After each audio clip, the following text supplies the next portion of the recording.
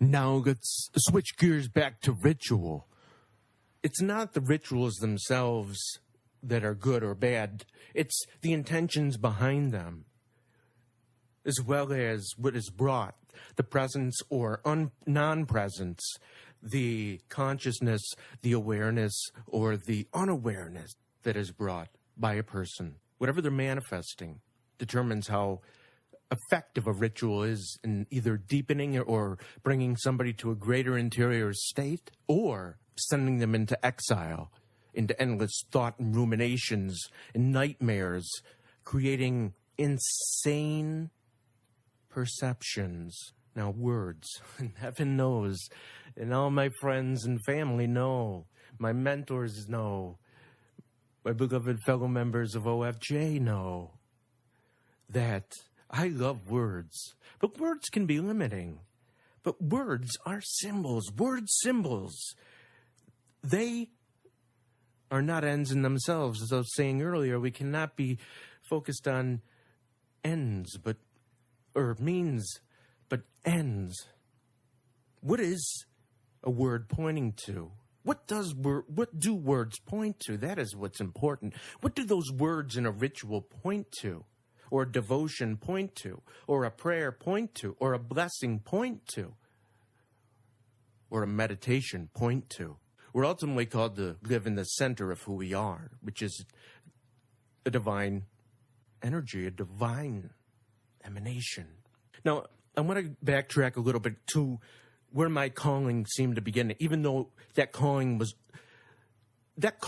always in me. It was planted in me long before I heard priesthood or shamanism or Swami, some of the other spiritual roles that I've adopted, or spiritual hats that I've adopted, self-definitions I've adopted, roles that I'm playing in this lifetime, on this stage, during this century, during this decade, right now. On my deathbed, those roles will mean nothing. Those are just, as in a play, they're like personas, they're characters that I assume to carry out certain functions of spirit. Now, for a long time, it took reconciling my call to priesthood with my desire to be married and have children. I fell in love with my wife. We had parallel paths that met, but the priesthood voice never went away, and I always heard it in my heart. It always drew me from my mind to my heart. In my heart space, it opened the flowers, as is spoken in yogic traditions or Buddhist traditions, lotus flowers in our chakras. They're like lotus flowers that open upward, Godward, up towards our crown and out towards the supreme, all that is. When the chakras are awakened, when the tributaries of energy and life force flow in and through them, when they're charged. But through discernment, through 6 years with a spiritual director, then stepping back and going into my wilderness experience, akin to what's happened with many sages and saints, enlightened masters, but I most think of Yeshua and his 40 days and 40 nights. Where all the beasts, the wild beasts, try to compete for his attention, where I say that his ego, the ego that he was born with, tried to make him feel more special than anyone else on the planet, or anyone else who'd ever been incarnated or materialized into a body. The mirages that he had to confront on the screen of his mind in the presence of the cosmic play of forces of dark, light, and mixed energies, he had to name the demons. He had to educate them. He had to tame them. He was learning to integrate the Christ light, the Christ presence, the Christ anointing at the time. And so what he had to do was lovingly, by commanding the presence of love, to release these demons, these metaphysical demons, the He'd rise above the egoic thought system in the mental stream created by the egoic thought system that was within him. He wasn't ever identified with this thought stream, but it was within him. It was that of the false god known in Gnostic Christianity as the Demiurge and ruling archons, as well as the beast or the Antichrist. Tal Melchi, he speaks of this integration process after the influx of light from his baptism that got him into the wilderness. There he attuned to the Father's voice, that of the Holy Spirit. All things we have to do on our journey. And that will be a big subject in another teaching seminar that I'm going to do on the Enneagram, where we specifically focus on the discernment of spirits. But we will get into that in this audio presentation, just not in this particular lesson. Now, I did receive an invitation to the priesthood to be a Swami Christos, not Swami of Shankara's ancient lineage. I was called to a path, not to a church. I was called to a lifestyle, not to an institution. I was called to the way, not something built in stone. Many have walked it. And no, I'm not referring exclusively to La Via Dolorosa or the way of suffering, the way of the cross. The outward example of Yeshua being crucified, Jesus being crucified, was to show us what we do to ourselves by living through and out of the ego. The insanity that we inflict upon what appear to be bodies. We inflict all kinds of suffering. Mental anguish, the crown of thorns, with our thoughts of hate, of coldness, of separation, of sickness, of judgment, violent thoughts, mental forms of violence, prejudice, racism, fear. All of these things divide us. All manifestations of what science rightfully calls mental illness is really the experiencing of the crown of thorns. The shattered psyche is the symbol, the equivalent to the crown of thorns. The crown of thorns equal insanity. That is the gateway to the mental hospital, which we'll be hearing more about. This world is a mental hospital, created by insane thoughts, created by a nightmare, by individual nightmares and a collective nightmare, mass nightmares, global nightmares, cosmic nightmares, and macrocosmic nightmares, holographic nightmares. So I'm not talking about the way of suffering or the scourging with all the bodily afflictions and the things we do to our body from our mind. Although a sick mind creates a sick body, the hatred we have towards it. The body's a vehicle. The body's an instrument of communication. It's the chariot that carries us into the realms of superconsciousness or into greater awareness, into the clouds of knowing. Although the body does have experiences, it is not the primal experiencer in us. That primal experiencing, witnessing presence in us is what is up above the world of instinct, up above the world of reactivity, up above the muck and mud, the things that get us stuck, the Shenpa, as Pema Chodron calls it, the things that get us stuck in the mud, that keep us from moving back to our center. There's the saying that Swami Kriyananda uses and that Paramahansa Yogananda used to use, center everywhere, circumference nowhere. Pierre Teilhard de Chardin, I hope I said it right, he talked about this movement. Everything is evolving back towards God. It came from God and it is going back towards God.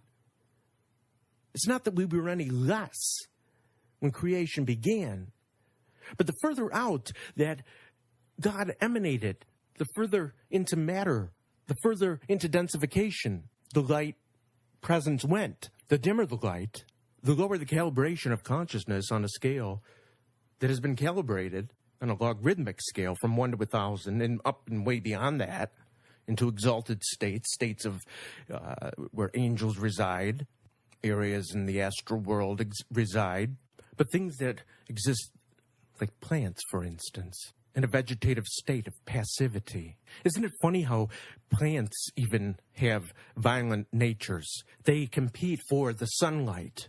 They need the sunlight. They need sunlight to survive, not just water, but sun to survive, because they, in essence, have more, what I would say, darkness or unawareness in them, because they are manifestations further away than humans are. And we might come back to that idea of how everything emanated outward from the center in progressive layers of light, transmission of light that became dense. But I wanted to get back to saying that the way of suffering was part of my dark night of the soul experience.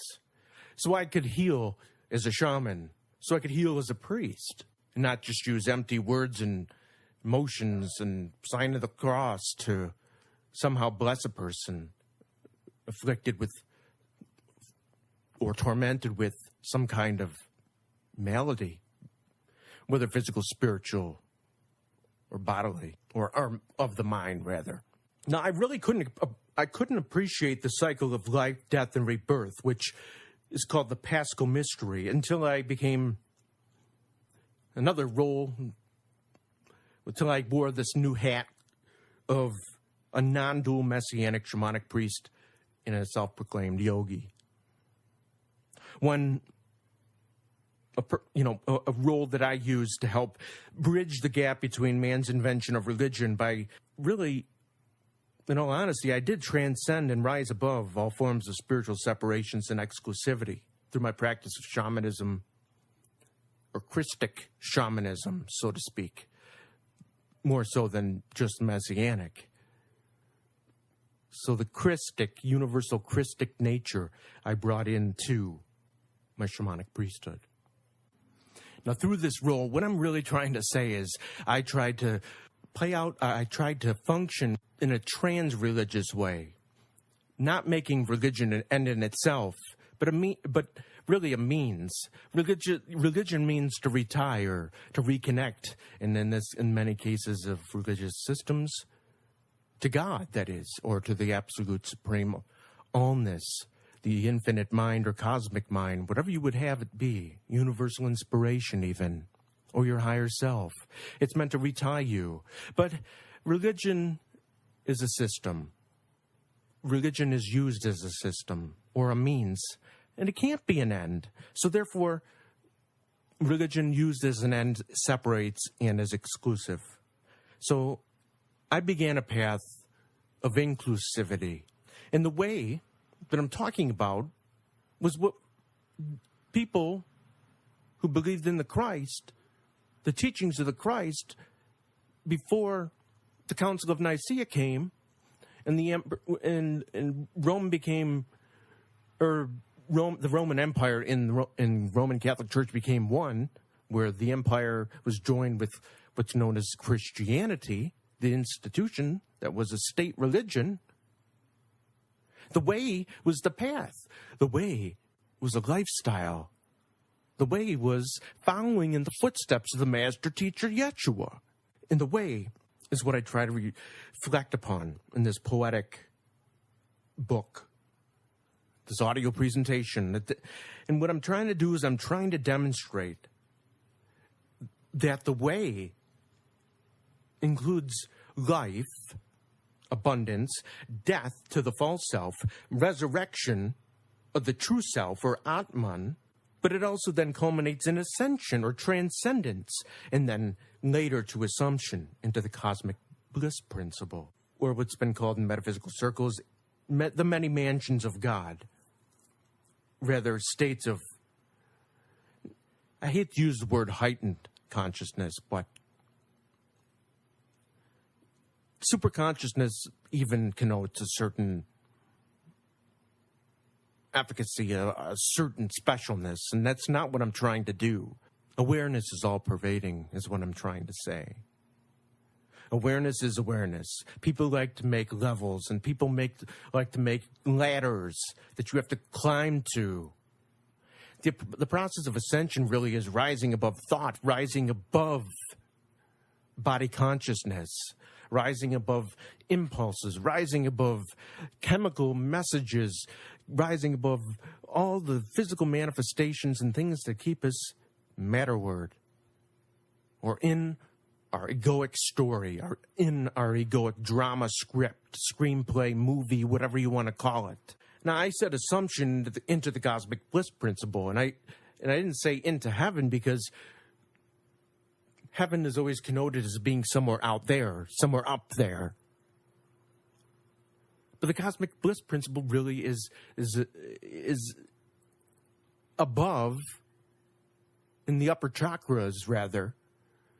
I mean, that even in itself is a horizontal, or a vertical ladder-like manifestation.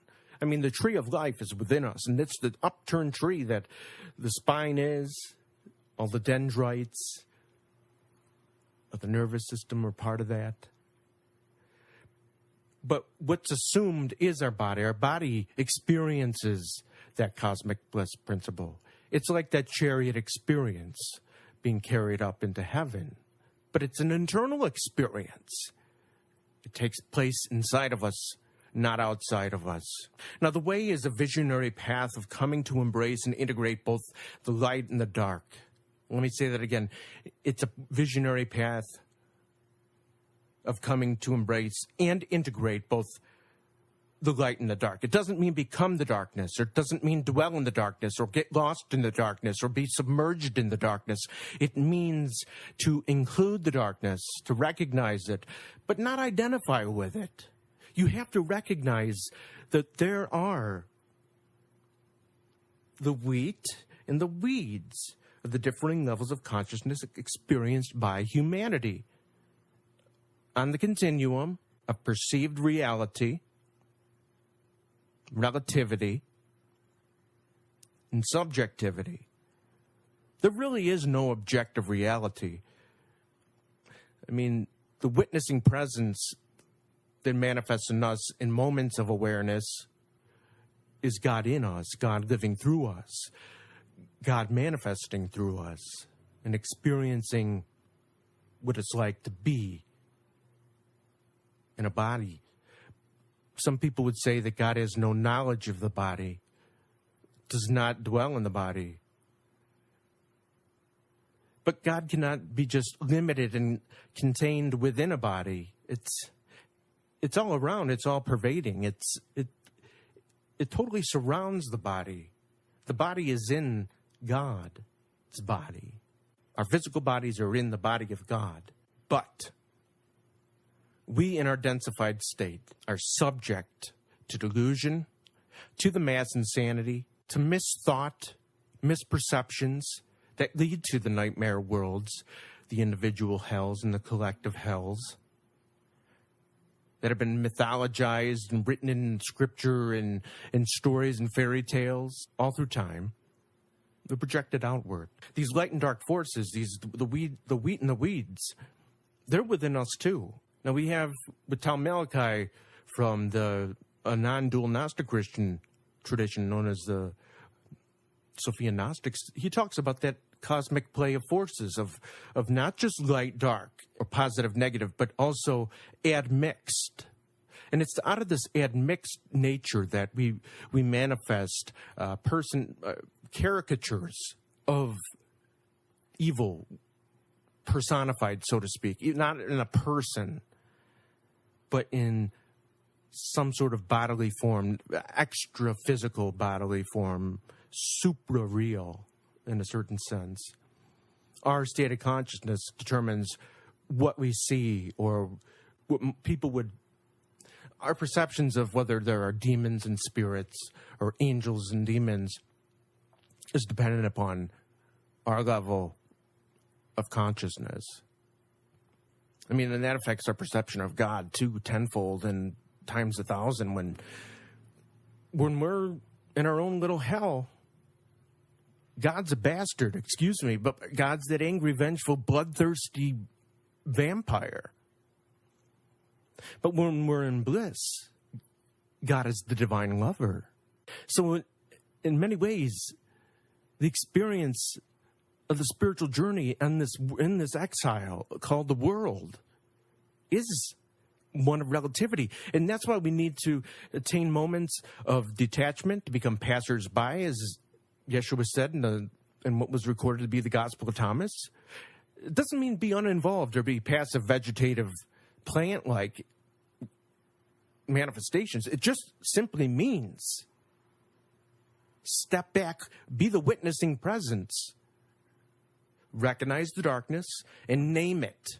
We're going to definitely speak about the weeds and the wheat, or yin and yang, or dark and light, in a following discourse. So I just wanted to plant those seeds, no pun intended. Now, as I've said, I have really no use for religion anymore, though all good religion serves as a good starting point. I was very surprised when I came to the realization that I had to stop priding myself on being religious in order to be free.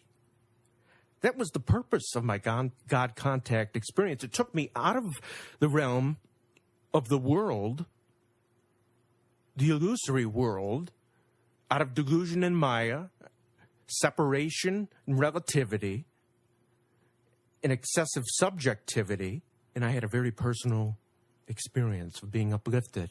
It was like being carried to another dimension. It was like being assumed into heaven. It was like being transported by a chariot of fire. That's the word I used to describe when I was ordained through apostolic succession as a priest back in May of 2011. I used the words I feel transported,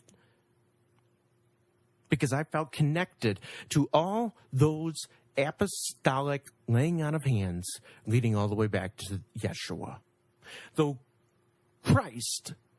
the Christ consciousness comes freely, where it may, when it may, all the time, and is always and readily available to anyone who calls upon it. And it really, in reality, is already in us. We are the Christ. We are the Buddha. We are the awakened one. We just have to remove the blindness and the scales from our eyes and go within to realize that. So being transported for a while, for a period of time, out of the ordinary, and that's what really happens when you go into a shamanic state of consciousness on a shamanic journey, or through some form of healing known as a power retrieval or a soul retrieval, which we'll be talking about soul retrieval and how that helps mend traumatic experiences that leave a soul shattered and leave fragments of a soul somewhere out there in other ethers or dimensions.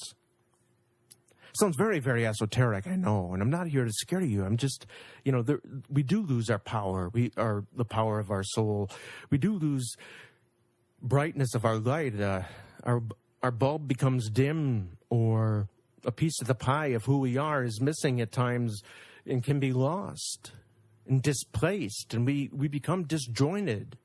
We become the weeds when we're identified with the weeds, and we're fully convinced about our role in the egoic script and all the projections and the outpicturing we do from our mind. So I'll say it again. Being transported is really one of the only ways to realize who you are, apart from this world that's not even real. My experience of transcendence and total aliveness enabled me to go back down into the valleys, off that mountaintop transfiguration experience, just like the 3 disciples that Yeshua sent back. I had to go back and get my hands dirty and find God in everyday life and bring that presence that I had experienced and come to know so intimately into everyday life. And that has been the role of the mystic. The mystic has been called and seen to be crazy or a mad person for describing experiences of exalted states and then seemingly not being able to fit into everyday reality. And they call that abnormal, and they call these people crazy before there was things and notions such as mental illness diagnoses of various kinds. people were said to have demons or to be heretics if they were living from a different consciousness. And now in this age of new consciousness, new thought, we are beginning to realize that consciousness manifests itself through people differently, dependent upon the frequency that they're on. They can be in a frequency of love or in a frequency of fear. And one seems to be experienced in a higher sense than fear, which seems to be a relative experience of a lower level or a lower plane of experience or knowing internally, intuitive. When we go into pure instinct rather than pure intuition, we seem to fall. We fall from our higher God nature down into the mud. I'm not saying that, once you have this Zion illumination experience or a Zion Samadhi experience, as I will call it, that peak experience, the purpose of that is not to go down and then go back and get identified with subjectivity and with individuality and separatism and fear and all the things that stem from fear, all the afflictions that stem from fear. No, you're not to go back into delusion. You bring presence to the delusion of the world and to the delusion of others, and your presence transforms others simply by being and emanating at a different level of realization, of knowing. When you know the divine, when you're in communion with the divine, it is apparent. People see it. People crave it. People want that joy. That is what is behind the human quest for meaning, for purpose, is to be one with God in themselves, to be truly alive, to allow God to manifest truly through them every day and in every way. When we give God the finger, it's all downhill from there. That's the fall. God doesn't say, see ya, buddy, or see you in hell, go to hell. We fall into excessive body consciousness, excessive cravings, the blind sense mind, rather, as it's called by Paramahansa Yogananda. Our cravings and this hunger for more and for the I'm not enough, the drive to try to acquire and to obtain truth, meaning, a sense of self outside of oneself. That is exile. That is the projection and hallucination of the world of form. We are beyond all form. Now, the following two quotes I want to share from Eckhart Tolle describe how I feel about dogma and how it only leads to the noise I spoke of in previous sessions and the prison of thought, to what I've called the barking dog God syndrome. The God we know when we're in delusion or in the insanity of the ego's thought system. Eckhart says, dogmas, religious, political, scientific, arise out of the erroneous belief that thought can encapsulate reality or the truth. Dogmas are collective conceptual prisons, and the strange thing is that people love their prison cells because they give them a sense of security and a false sense of I know. That describes much of my upbringing. And he further says, nothing has inflicted more suffering on humanity than its dogmas. It is true that every dogma crumbles sooner or later because reality will eventually disclose its falseness. However, unless the basic delusion of it is seen for what it is, it'll be replaced by others. And that delusion is what I've been speaking of. It's the dance of Maya, of form, as the Hindus call it, or the yogis call it. In the glimpse of God's next best thing to the beatific vision that I did go through, that vibratory medium of Christ consciousness, I had the perception or the experience of ascending and descending into and out of heaven with angels, with these circuits that I was connected to. They weren't the tentacles of the octopus-like nature that we have when we're in the ego. It was the experience of center everywhere and circumference nowhere. It was expansive. It included the company of angels and all the order of angels. It was a superconscious place, state. I was superhuman. Not like some comic book superhero. I was just above the notion or the experience of what we consider to be human or normal human experiences. And as I said, this amazing gift that lasted quite a while, many years actually. So I'll say it. I was lifted to the heights of glory, and my union in God consciousness was truly undescribable. It was ineffable, and I could have died. Because after experiencing that, there was no yearning to go back into the world. Dr. David Hawkins spoke of that, speaks of that in his book, The Eye from Which Nothing is Hidden, and he does openly in his talks. That for many years he lived as a hermit, and I've been living in aesthetic, very much like a hermit-like experience for the last 5-6 years.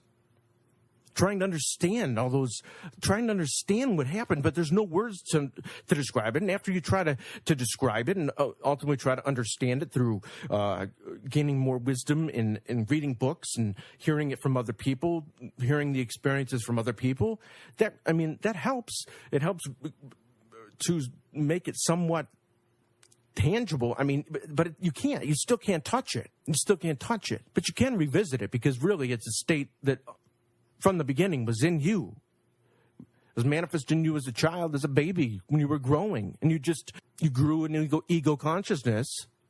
We all grow in ego consciousness, and we move away from that. We move away into individuality, out into the world, away from the center. That little sperm and ovum that fertilized, fused, became one at what is known as the mouth of God, or the medulla oblongata. That's, go and look at your developmental psychology or your biology, human biology, and see how the fetus is formed following the cellular division that happens after fertilization and conception. Everything starts to split, and there is an opposite pole to seemingly every experience. There's the wheat and the weeds. You're always going to have it. You're going to have those contrasts. Paramahansa Yogananda says if there wasn't evil, we wouldn't really see the good. And if you had a white chalkboard, you wouldn't see chalk or the writing on a chalkboard. And I don't mean to confuse you now that we have whiteboards in this day and age where people use markers on it. I'm talking about chalk on a white chalkboard won't show up. And Paramahansa Yogananda, and I don't fully agree with his whole take that God created evil, because I think it was us. I think it was our ego, the collective mass hallucination that happened in that tiny mad idea where the Son of God felt that, not I am God, but I can manifest apart from God by usurping that power of God that's placed within us.